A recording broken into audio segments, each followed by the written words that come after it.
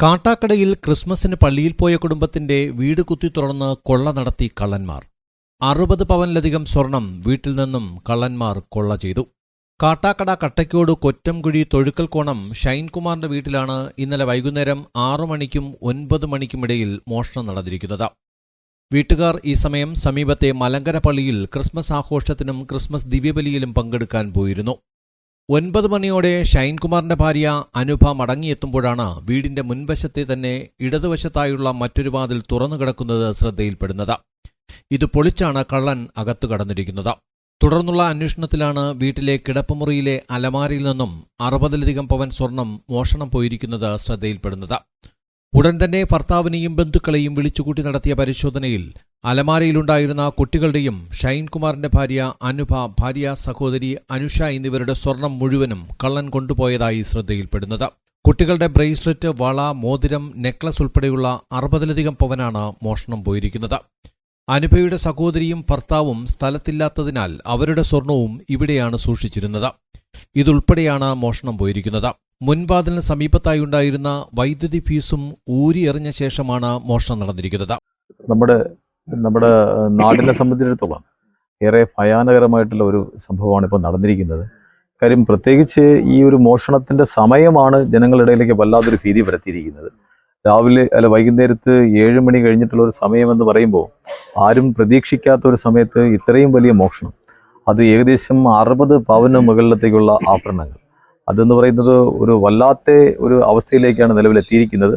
അത്രയും ആഭരണം ഈ വീട്ടിൽ ഉണ്ടാവേണ്ട സാഹചര്യവും അവർക്ക് മറ്റെന്തോ ആവശ്യങ്ങളുമായി ബന്ധപ്പെട്ടുകൊണ്ട് നിലവിൽ ആഭരണം സഹോദരിയുടെയും വകയും ചേർത്ത്, സഹോദരി സ്ഥലത്തില്ലാത്തതുകൊണ്ട് അതും കൂടെ ചേർത്തുകൊണ്ട് അവരത് വീട്ടിൽ സൂക്ഷിക്കുകയായിരുന്നു.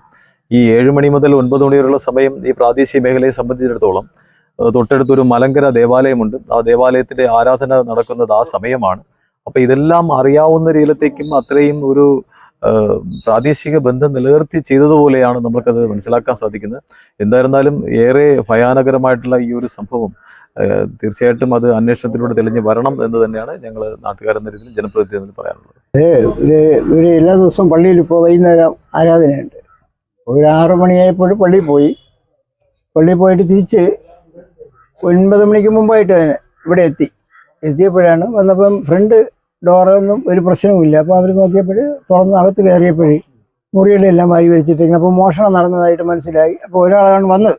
തിരിച്ച് അവർ പള്ളിയിൽ പോയി ഹസ്ബൻഡിനെയൊക്കെ കൂടെ വിളിച്ച്, അപ്പോൾ പള്ളിയിലുള്ളവരൊക്കെ കൂടെ വന്നു. അപ്പോൾ അവർക്ക് മെയിനായിട്ട് സംശയം ഉണ്ടായിരുന്നത് അകത്ത് ആൾ കാണുന്നു. അപ്പോൾ എല്ലാവരും കൂടെ പുറത്ത് ചുറ്റും ഇങ്ങനെ കവർ ചെയ്തിട്ട് അകത്ത് നോക്കിയപ്പോൾ അകത്താരുമില്ല. ഇതിനിടയ്ക്ക് അവർ നോക്കിയപ്പോഴും എല്ലാ മുറിയിലും പരിശോധിച്ച് ലൈറ്റൊക്കെ ഇട്ട് പോയി നോക്കിയപ്പോൾ എല്ലാ സാധനങ്ങളെല്ലാം മൊത്തം കൊണ്ടുപോയിട്ടുണ്ടായിരുന്നു.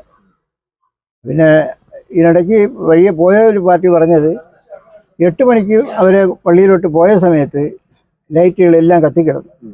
തിരിച്ചു വന്നപ്പോൾ പകുതി കത്തുന്നില്ല. അപ്പോൾ ഫീസ് ഊരിയാണ് അവർ അകത്ത് കയറിയത്. അപ്പോൾ ഇൻവെർട്ടറിലുള്ള പകുതി ലൈറ്റ് സീരിയൽ സെറ്റ് പുറത്ത് കത്തി തന്നെ നിൽപ്പുണ്ടായിരുന്നു. അപ്പോൾ അതുകൊണ്ട് മിക്കവാറും ഒരു 8 മണിക്കും 6 മണിക്കും ഇടയ്ക്ക് അല്ലെങ്കിൽ 9 മണിക്ക് അകത്ത് നടക്കാനാണ് ഇത് സാധ്യത ഉള്ളത്. കാട്ടാക്കട പോലീസിൽ വിവരമറിയിക്കുകയും പോലീസ് സ്ഥലത്തെത്തി പ്രാഥമിക പരിശോധന നടത്തി മടങ്ങുകയും ചെയ്തു. ഇന്ന് ഫോറൻസിക് പരിശോധന ഉൾപ്പെടെ നടക്കും. കാട്ടാക്കട ഡിവൈഎസ്പി അനുരൂപിന്റെ നേതൃത്വത്തിലാണ് പരിശോധനകൾ പുരോഗമിക്കുന്നത്.